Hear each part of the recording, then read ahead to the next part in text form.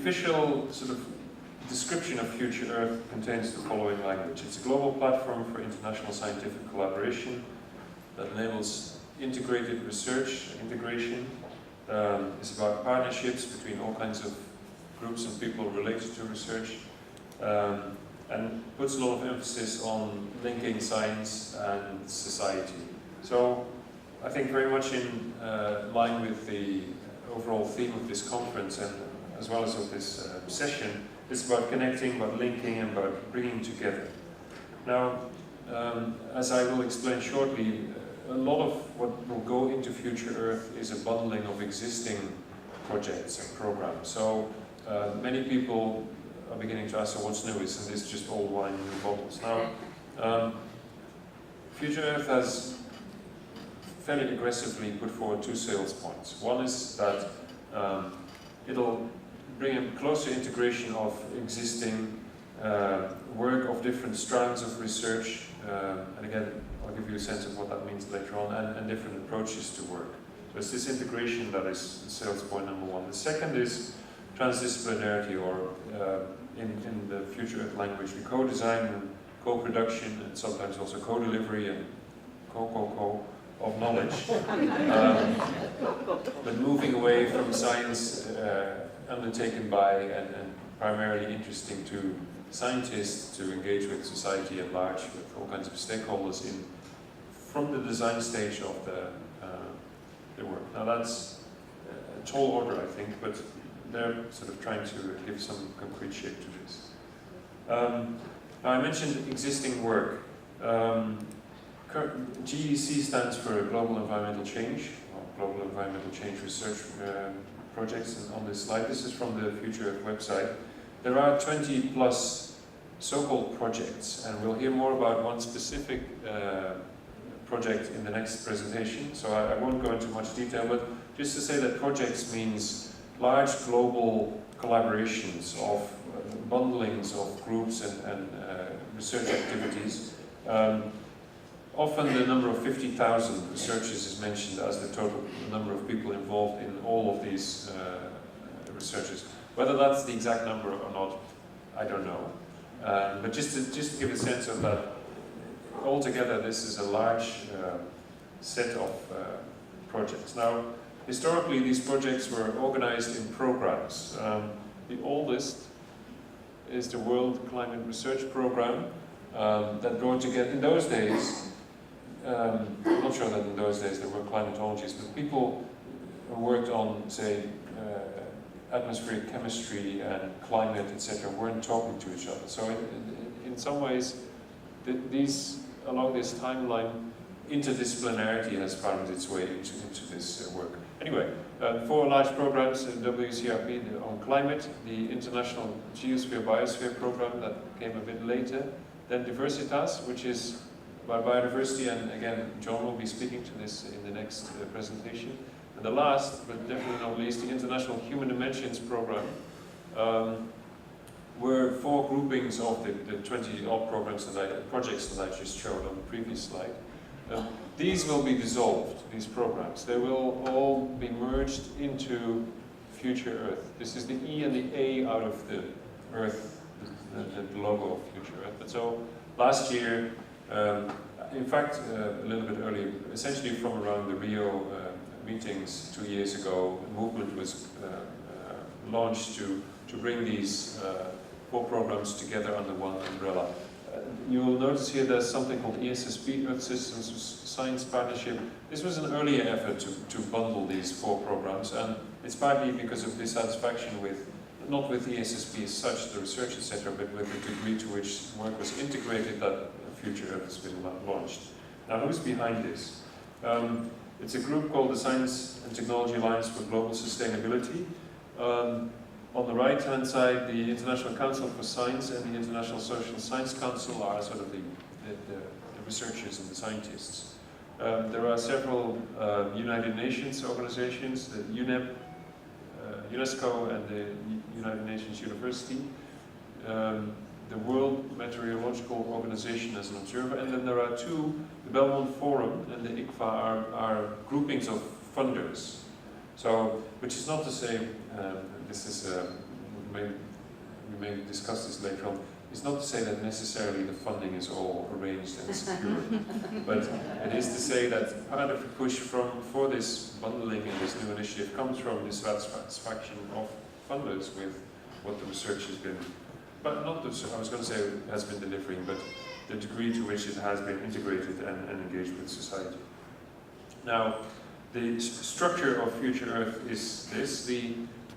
This oval is the group that I just showed to you on the previous slide, so the instigators and promoters, if you like. This box is the organizational structure. Governing Council doesn't exist yet. It's this group that de facto operates as Governing Council now. The Science Committee has been in existence for half a year or so, and the Engagement Committee is one of the structural ways in which Future Earth is trying to give form, shape to the idea of co-design. So by having a group of people who are primarily not researchers but from all ranks of life at the senior level in the organization is one of the ways in which they hope to engage with society. Now there is an interim engagement committee in existence now, and they're recruiting more members for this. So this is still under construction. Well, finally, this executive secretariat has just been announced, but hasn't really started working yet. It's a decentralized secretariat. They're in 5 places around the world, and in fact here in Montreal is one group who will be taking care of the coordination within that group of 5 organizations.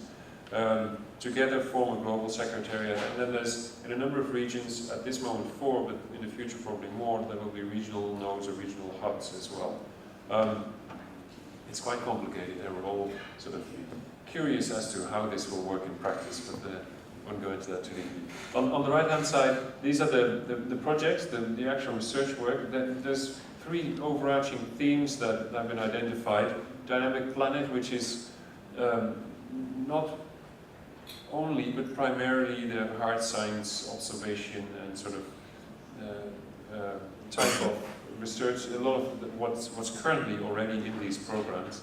Then global development, I think, is much closer to what many of you in this room are concerned with, essentially development research.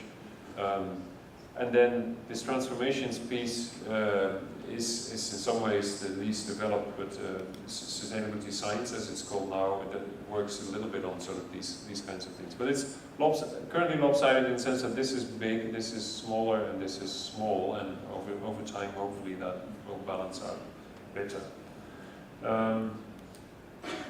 Right now, they're working on developing the governance further, so this engagement committee and secretariat will be developed.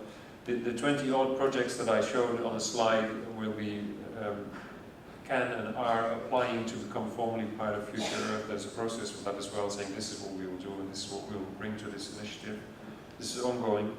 And finally, new things are being launched as well. In that sense, it's not only old wine in new bottles. I'm just going to flash this, but just last week, 8 new initiatives were announced. These are small grants, but that are meant to, at least in some cases, to become the basis for future work. This is on the website. Now, is this an opportunity for eco-health, or how do we look at this? How do we think about this? Health, I think, is a useful entry point for many, for thinking about sustainability. But if it's only an entry point, I think we will end up sort of advocating for our own sectorial emphasis. Don't forget health, don't forget forests, don't forget coastal areas, sort of thing. So I think we need to think of health as also a yardstick for sustainability. Unless people are healthy, we cannot speak of sustainability. So sort of that ultimate criterion role of emphasis on health is really important, and I think it's something eco-health can bring to the discussion. And as such, I think also, as showed the 3 themes, has the potential, I think, to link development and sustainability approaches and concerns as well.